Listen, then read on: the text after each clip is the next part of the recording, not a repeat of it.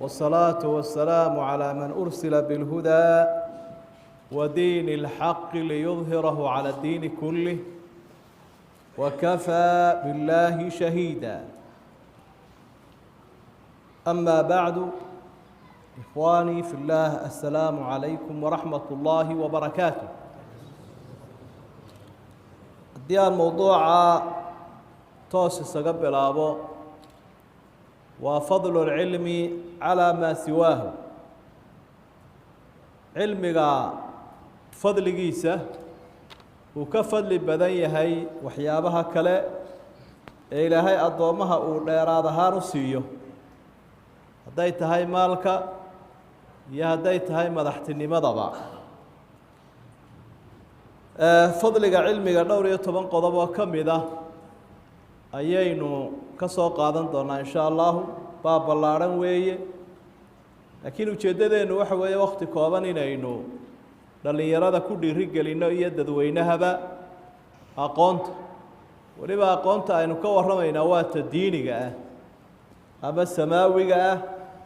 ee Ilaahay inugu cibaadaysanayna subxaanahu wa ta'ala, cibaadadeennana aynu ku saxayno. فضلك علمك وحا كمدا كوا ugu muhiimsan annahu irthul anbiya wa dhaxalkii nabiyada. hadii ciidu wax la dhaxlayo, hadii shay uu la dhaxlayo waxa ugu qaalisan dhaxalka anbiyada Ilaahay. sidaa daraadeed baa nabigu uu tilmaamay sallallahu alayhi wa sallam aqooyahanka diintu oo culimaa diinka ah inay yihiin warathatul anbiya, ambiyada Ilaahay kuwa dhaxlay. marka rasuulku wuxuu tilmaamay inaan duuyo laga dhaxlin iyo xoolo, laakiin diin laga dhaxlay. marka qofka dhaxalka u qaalisan qaatay waa ka cilmigii ambiyada loo soo dhiibay qaatay, waana kaynu isku dhiiri gelinayno. cilmigu waxa kamida fadligiisa annahu yabqa wal maalu yafna. cilmigu waa jiraa oo waxa uu noqdaa wax joogo jira oo qofka taariikhdiisana reeba, laakiin maalku wuu iska dhammaadaa. qofku isagoo nool iyo isagoo oo dhintay labadaba oo xoolo leh ayaa laga yaabaa inaan cidiba ogeyn. tusaale waxaynu u soo qaadan karnaa asxaabigii la odhan jiray Abu Hurayra. waxa uu ka mid ahaa fuqarada asxaabta kuwa aan waxba haysanin buu ka mid ahaa. waxa aynu ogsoonahay inuu mararka qaarkood gaajo daraaddeed siduu isaguba ka warramay ku dhici jiray dariiq. marka cilmiga berihii dambe kolkuu ka warramayay, iyadoo dadka qaarkood waqtiyadii dambe ay xaasideen oo ay yidhaahdeen akthara Abu Hurayra warkii buu badiyee, waxaanuu sheegayaa badanaa, ayaa wuxuu yidhi cilmiga waxa aan anugu ku soo xasiliyey cuud kale iyo xoolo kale maan raadin jirine wax yaroon calooshayda geliyo. markaa idinkuna waa laga yaabaa inay iska shaqaysan jirteen, aniguna calooshaydaasumaa wax yar u cuni jiray buu. waxaa jiray qolo ahlu sufa la odhan jiray oo asxaabtii markaan masaajidka agtiisa geli jiray ahaa. waranna way sidan jireen ay cadowga kula dagaalamaan iyo hub, kitaabka ilaahayna way faa'iidaysan jireen. ومنهم القراء وحنا كمدها لمنكي قرآن كآت كوية قاني النبي عربته أو درات تضباطا كهاي الدلي سداد درادات با وحيابها قفك أهرية تاريخ ذو وناكسن وريبية أي كوكي هاي علمه. أرنت الصدحات وحويان علمه قفك وإلالية. العلم يحرسه والمال تحرسه. علمك أدوك إلالينيا، حولها نقضى إلالينيا. وأمرس كم معروفه علمك السماوي أي عيبتك إلالينيا، عبادتك كبرتابك إلالينيا، أخلاقك حماتك إلالينيا، إن إلهك قدوك إلالينيا. مركو طبعا قفك كل رقم أيه، لكن حوله وهذه أركضه دوال لجوها وليه وحسابتي سيئه قفك حلك ويسك صاريو aad bay u badan tahay waa ka habeenkii soo jeedaya si uu ilaaliyo. arinta afraad uu cilmiga fadligiisu وكم وقنيا وحوي أن الإنسان يتوصل به إلى أن يكون من الشهداء على الحق أهل العلم وحكم ذا فضل قوله يا علم قبا إنه لهي مرخاتي قشري عند مرخاتي النقطة ذاتك عد الرئيس إلهي قدر سبحانه وتعالى قفك هذه ترى ما عد مرخاتي لقد قانا وعد مذنوي أما موسى إلهي بأوحر شهد الله أنه لا إله إلا هو والملائكة وأولو العلم قائما بالقسط قائما بالقسط إلهي يا ملائكتي سيئة قويها كدينته وحي مرخاتي كيهين إلهي التوحيد كيس يينو إلهي كليه عدل بيسانا آني تشرين مرخاتي إلهي يكيم ملائكتي يا صور راعي أقويها كي دينتها صور راعي لما أرن أولو المال ضدك مال كله أما لما أرن أولو الأمر والمسؤولية مدحتني مدي لما شيء أولو العلم بولاي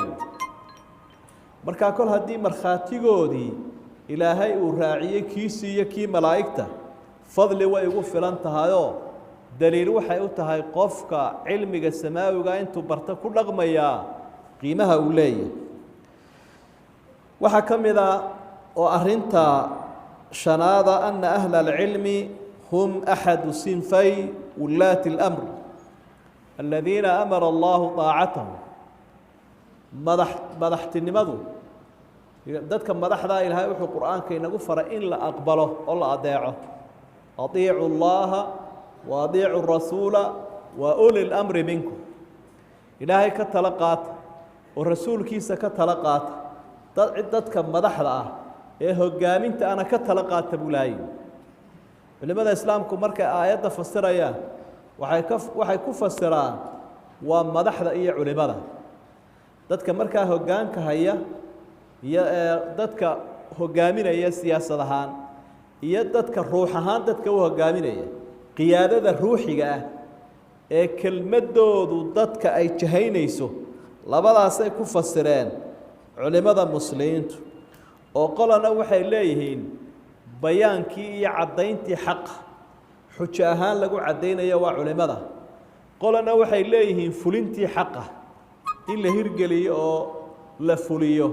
fi daakhili wal fil kharij dabada iyo gudaha iyaguna taasay leeyihiin marka laba kala maarmayo kala hadhaya ma aha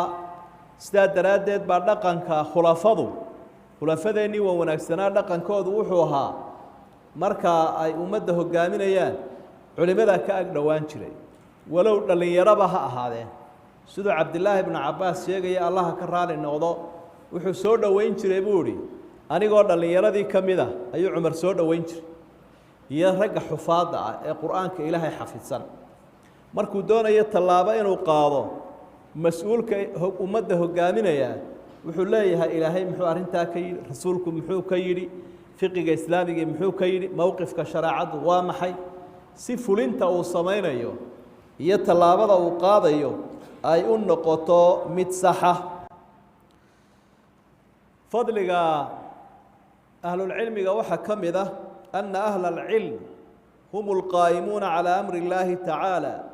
حتى تقوم الساعة وحاولنا شيء النبي صلى الله عليه وسلم انت الدنيا ذو جرته إلى قيامها ضدك حق أتاجن إن أوفيان هرجليان وحوي ضدك أهل العلم ولن تزال هذه الأمة قائمة على أمر الله لا يضرهم من خالفهم حتى يأتي أمره حتى يأتي الله بأمره حديث بخاري ومدني قيب كم ذي حق يكون أجنانيس هو يهرجلنا يعني ونفي مالية وقت بوا يقورا يعني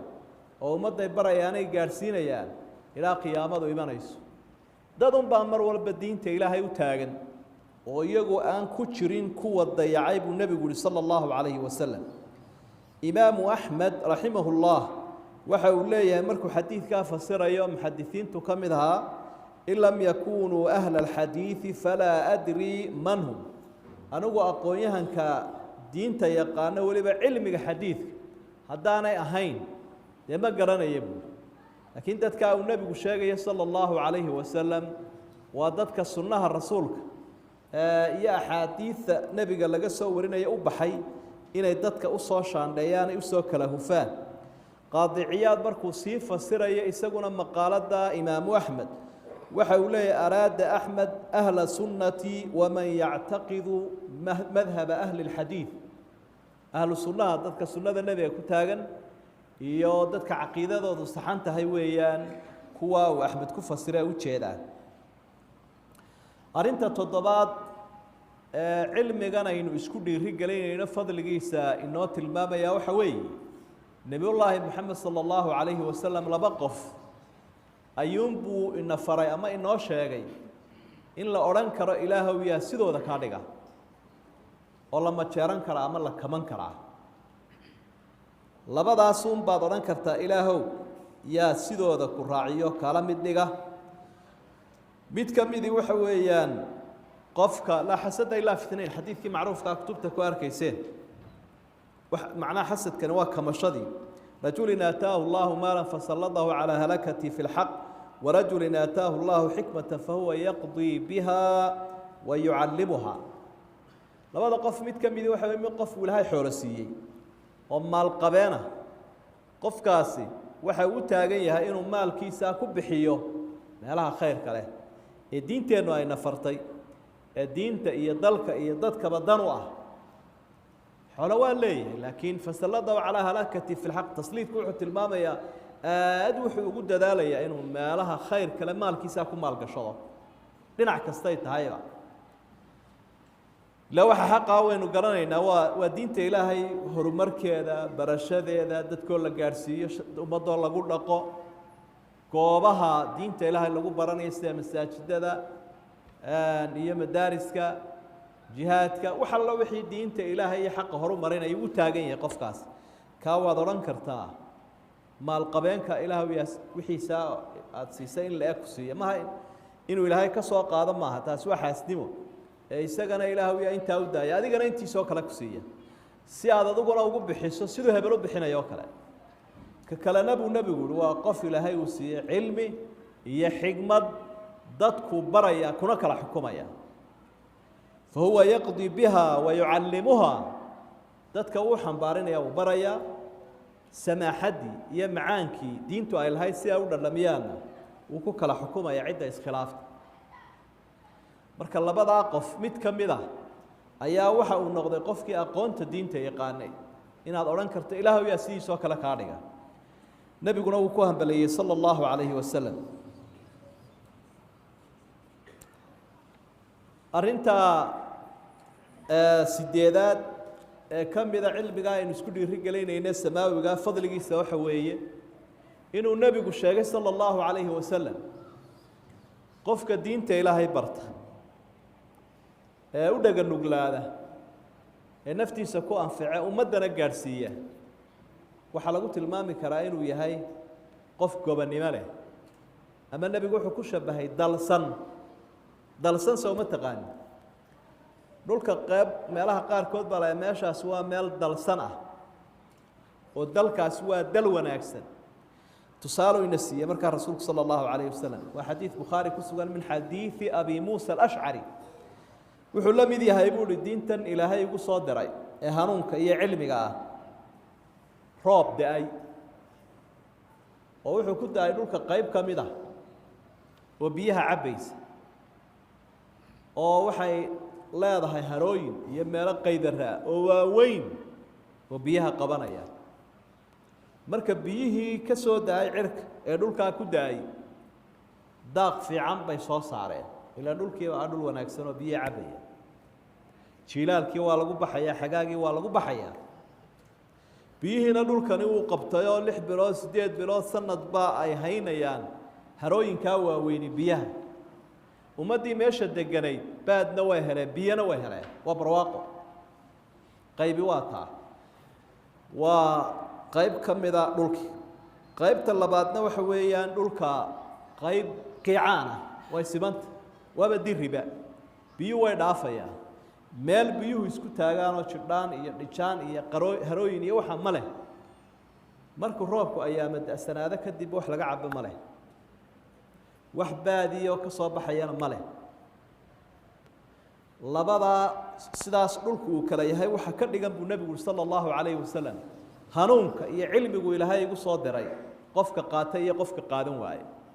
qofka qaatay dalsan kaa dheh qofka qaadan waaye baran waaye ku dhaqmi waayena waa dalxunkaasoo kale u la mid yihi waa tusaale aada u qaaliya oo nool oo nebigu wax inagu baraya calayhi salaatu wasalaam tusaalayaashana had iyo jeer waxaa lagu soo dhoweeyaa waxa la isu sheegaya fahmid in la fahmo ayuu nebigu inagu barayaa sala allahu calayhi wasalam cilmigu diiniga ah ee la baranayo noocyadiisa kala duwan caqiidada tafsiirka ama qur-aanka xadiidka iyo fiqiga laga soo saaray iyo culumta kale u adeegaysa ee aalada u ama tuulka lagu furfurayo lagu fahmayo u ah waxa weeye cibaado inta aad ku jirteed baranayso ha ka degdegin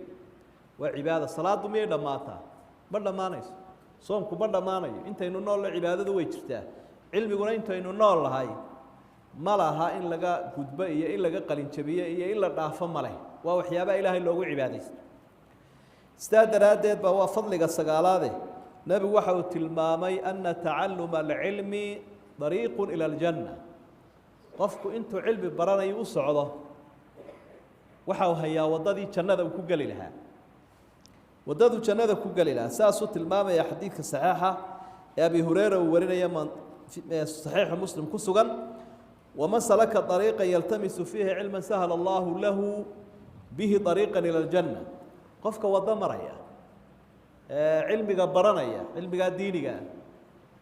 ilaahay wuxuu u sahlayaa waddo uu jannada u maro intee oo wadduu mar ayuu samaysanayaa ama intee oo albaab buu furayaa qofka cilmiga sharcigaa baranaya tuula xayaatihi culimadii hore saalixiintaa waa wanaagsanaa cilmiga kamay qalin jabin jirin kamanay gaboobi jirin kamanay weynaan jirin axmed ibnu xambal oo madhabta qoray la yaqaano xanaabilada la yidhaha madhabulxanaabila ayaa sheekheedii ahaa ayaa waxaa la arkay isagoo da-weyn oo weli sita qalinkii iyo tawaada iminka qalinkan birooga waxba laguma qori jirin berigaa hore dhibta yar qalinkii iyo tawaadii buu saa isu daraya xaashii waaweynaaba wax ku qoraya markaasay dhahan xataa anta ya axmed oo adiguna axmed oo weliba waxbaad qoraysa soo kan cilmigaaga caalamka o dhan wada gaadhay maqaaladiisii caanka ahayd buuo waxau hi min almaxbarati ila almaqbara anugu markaan ka tegayo qalinkan iyo tawaadan markaan ka tegayo waa markaan xabaasha tegayo laakiin meelaan uga weynaanaya cilmiga waa lagu weynaadaa lagama weynaada buu leeyahy waana arrin runtii mudan inaynu culimada kaga dayanno dadkan odhanaya anugu ama jaamacad baan ka baxay ama kutubtii waan dhameeyey markaad dhammayseed dadka usii akhrii weyda ama adigu daalacan weyda waad ilaaweysaa aafadii cilmigaa kugu dhacaysa